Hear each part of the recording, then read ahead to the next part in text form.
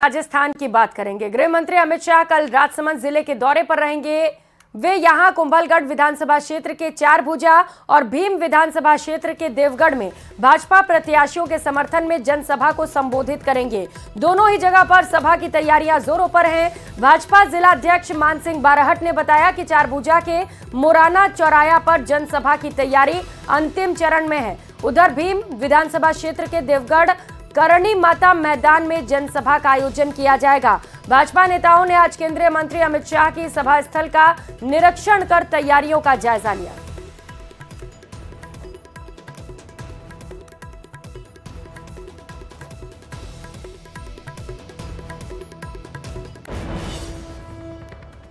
जोरों से तैयारियां की है, जहां से भी इस विधानसभा क्षेत्र के प्रत्येक गांव में, प्रत्येक क्षेत्र में जनता को आने का आग्रह किया है।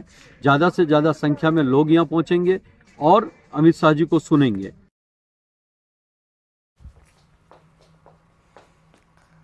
तो वहीं मुख्यमंत्री अशोक गहलोत ने कन्हैया मर्डर केस पर बीजेपी नेताओं के बयान को दुर्भाग्यपूर्ण करार दिया। कन्हैया के हत्यारों को एक बार फिर गहलोत ने बीजेपी की विचारधारा का बताते हुए कहा कि जिन लोगों ने कन्हैया की हत्या की, उन्हें छुड़वाने के लिए बीजेपी के नेताओं ने थानों में फोन तक किए थे।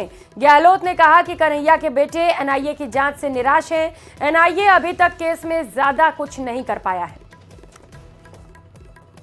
वो लोग तो बीजेपी की सिफारिश से थाने छोड़े थे, मैंने कल भी कहा था, और देश से न्यूज बनी। वो उनका बैकग्राउंड ही बीजेपी के साथ था और उन्होंने मर्डर किया, इसलिए डिफेंस में आ गए। और तो और जिस दिन मर्डर हुआ उस दिन तमाम नेता प्रतिपक्ष बुलाकर कटारियां लगा करके राठौड़ तक सभी लोग हैदराबाद गए। ये डिफेंस में आ गए थे कि इनके खुद के जो मिलने वाले हैं, जो जिनको इन्होंने छुड़ाया थानों से, उन्होंने मर्डर कर दिया। और दूसरी तरफ हमारी पार्टी की सरकार ने जो है 2 घंटे में पकड़ लिया उनको। हम लोग खुद चले गए, मैंने तमाम मेरे प्रोग्राम कैंसिल किए। मैं खुद जयपुर आया, उदयपुर गया, दिल्ली गए, सीएस गए। वो सीरियसनेस थी हमारी, बोल नहीं पाए उस वक्त में ही लोग। कन्हैया लाल हत्याकांड, लाल डायरी और गारंटी समेत कई मुद्दों को लेकर मुख्यमंत्री अशोक गहलोत के बयानों पर बीजेपी ने पलटवार किया। बीजेपी के राष्ट्रीय प्रवक्ता और राज्यसभा सांसद सुधांशु त्रिवेदी ने कहा कि हम बड़ी पीड़ा के साथ कन्हैया लाल हत्याकांड का मामला उठा रहे हैं।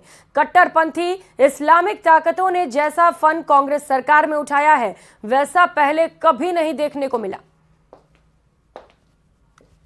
कांग्रेस को कानूनी प्रक्रिया और इस ढंग के हुए दुर्दांत हत्याकांड, जो सिर्फ हत्याकांड नहीं है, राष्ट्रीय सुरक्षा से जुड़ा हुआ एक संवेदनशील विषय है, इस पे राजनीति नहीं करनी चाहिए। और वो जांच तो एजेंसी करेगी, सजा सरकार सुनाएगी। आप पॉलिटिकल पार्टी हैं, आप इसका नैतिक और राजनीतिक उत्तर दीजिए। तकनीकी और संवैधानिक चीजों की आड़ में छुपने की कोशिश नहीं करिए। आप साफ साफ कहिए कि वो कट्टरपंथी शक्तियां गलत हैं, मगर आप प्रकारांतर से उन्हें कवर फायर दे रहे हैं। कांग्रेस को कानूनी प्रक्रिया और इस ढंग के हुए दुर्दांत हत्याकांड, जो सिर्फ हत्याकांड नहीं है, राष्ट्रीय सुरक्षा से जुड़ा हुआ एक संवेदनशील विषय है, इस पे राजनीति नहीं करनी चाहिए। और वो जांच तो एजेंसी करेगी, सजा सरकार सुनाएगी। आप पॉलिटिकल पार्टी हैं, आप इसका नैतिक और राजनीतिक उत्तर दीजिए। तकनीकी और संवैधानिक चीजों की आड़ में छुपने की कोशिश नहीं करिए। आप साफ साफ कहिए कि वो कट्टरपंथी शक्तियां गलत हैं, मगर आप प्रकारांतर से उन्हें कवर फायर दे रहे हैं। और अब खबर कैलाश मेघवाल पर हुए एक्शन की। बीजेपी ने कैलाश मेघवाल को पार्टी से निष्कासित कर दिया है। कैलाश मेघवाल पूर्व विधानसभा स्पीकर हैं और भीलवाड़ा के शाहपुरा से एमएलए हैं। तो एक और एक्शन बीजेपी की ओर से, बीजेपी ने कैलाश मेघवाल को निष्कासित किया। एक दिग्गज कद्दावर नेता के तौर पर कैलाश मेघवाल को जाना जाता है, जो वर्तमान में विधायक भी हैं।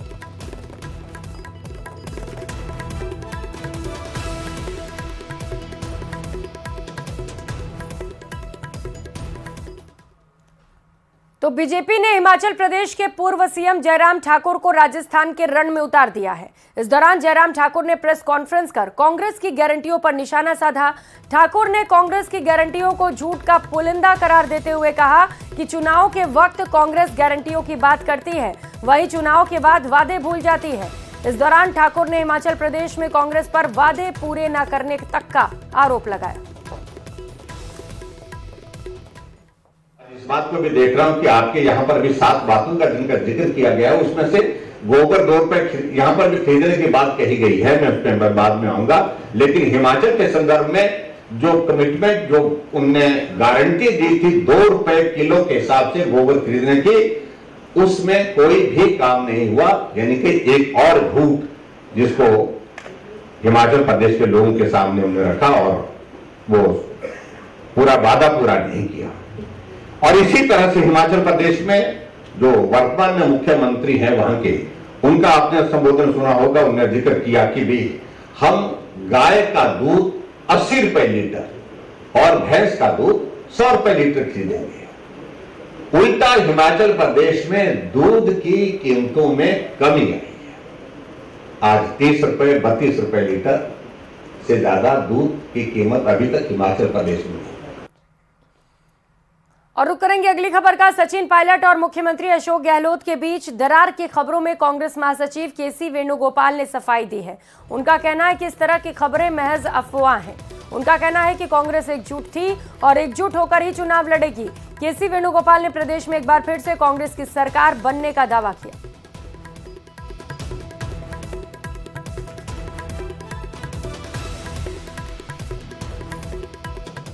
के साथ यूजुअल रूटीन मीटिंग है, इलेक्शन के साथ है, हमारा स्ट्रैटेजी बनाने के लिए, कैंपेन बनाने के लिए यूजुअल रूटीन मीटिंग था कल। क्या कुछ अशोक जी का, सचिन जी का, आप लोग एक परसेप्शन बना दिया इधर कांग्रेस में यूनिटी नहीं है। कांग्रेस में बहुत ज़्यादा यूनिटी है। एक ही लीडर एक ही साथ लड़ने के लिए चलता है।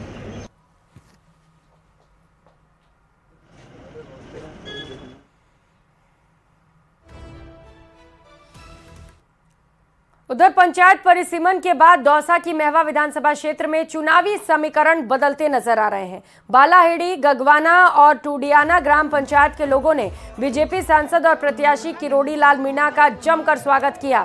तीनों पंचायतों को महुआ पंचायत समिति से हटाकर बैजपाड़ा पंचायत समिति से जोड़े जाने पर लोगों में रोष था, जिसके बाद किरोड़ी लाल मीणा के दौरे पर भारी भीड़ का जमावड़ा दिखाई दिया।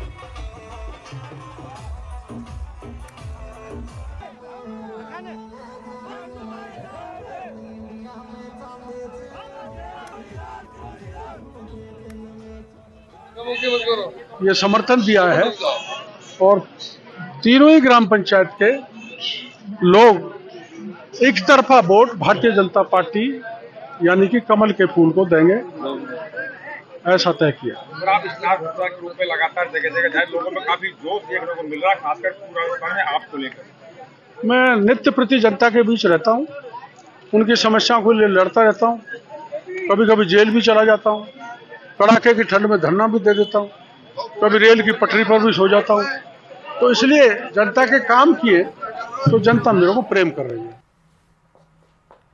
तो राजस्थान में चुनावी मैदान में अब एनएसयूआई भी उतर आई है। एनएसयूआई पूरी ताकत के साथ कांग्रेस के लिए वोट मांगेगा, साथ ही प्रदेश सरकार की योजनाओं को जनता तक पहुंचाने की जिम्मेदारी भी निभाएगा। एनएसयूआई के ताबड़तोड़ प्रचार पर देखिए हमारी एक खास रिपोर्ट।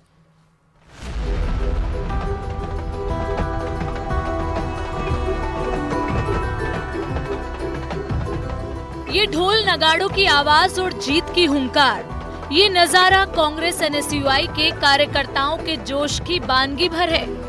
एनएसयूआई के कार्यकर्ताओं की तैयारी तो दूर की है, क्योंकि कांग्रेस ने एनएसयूआई की फौज को भी चुनावी मैदान में उतार दिया है।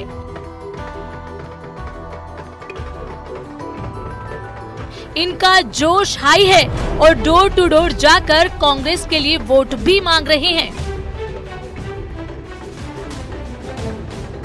और उनको समझा रहे हैं कि किस तरीके से राजस्थान में कांग्रेस की सरकार काम कर रही है, उनकी क्या क्या योजनाएं और किस तरीके से आम आदमी को उनका लाभ मिल रहा है। और चाहे चिरंजीवी की बात हो, चाहे तमाम तरीके की योजनाओं की बात हो, तो एनएसयूआई का पढ़ा लिखा कार्यकर्ता आम जन और ग्रामीण परिवेश के बीच जाकर उनको ये बता रहा है कि क्या सरकार ने योजनाएं दी और किन किन योजनाओं को लाभ उठा सकते हैं। इनका जोश इसलिए भी हाई है क्योंकि कांग्रेस आलाकमान ने एनएसयूआई के पूर्व प्रदेश अध्यक्ष अभिमन्यु पुनिया को हनुमानगढ़ जिले की संगरिया सीट और वर्तमान प्रदेश अध्यक्ष अभिषेक चौधरी को जयपुर शहर की जोटवाड़ा सीट से मैदान में उतारा है।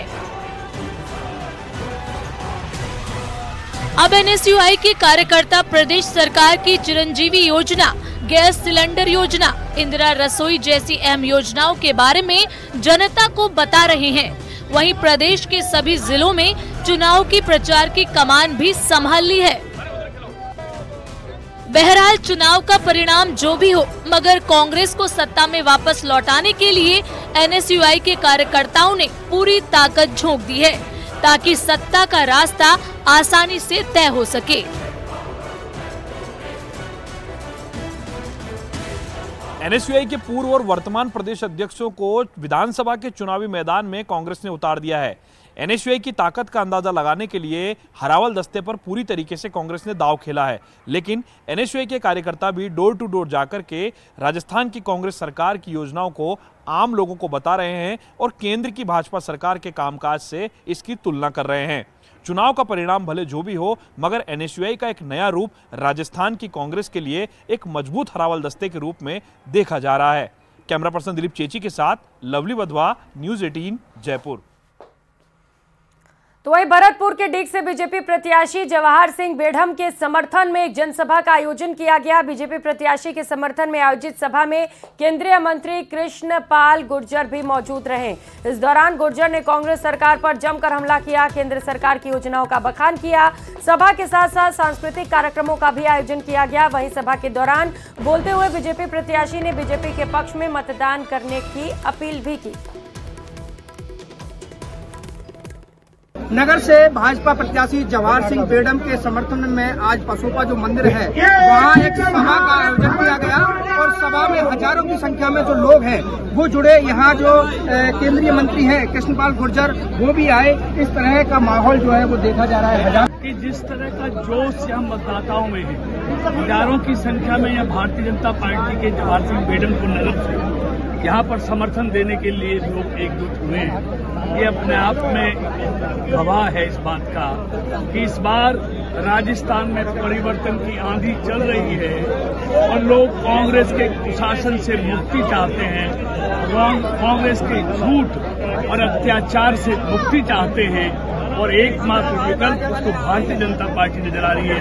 तो ये पत्थर पर लकीर है कि इस बार राजस्थान में परिवर्तन होगा। भारतीय जनता पार्टी की आंधी चल रही है। निश्चित तौर पर मोदी में भरोसा लगातार राजस्थान के लोगों का बढ़ रहा है और निश्चित तौर पर कमल खिलेगा। भारतीय जनता पार्टी का यह बहुमत आएगा। फिलहाल यहाँ वक्त चला एक छोटे से ब्रेक का, लौटेंगे फौरन।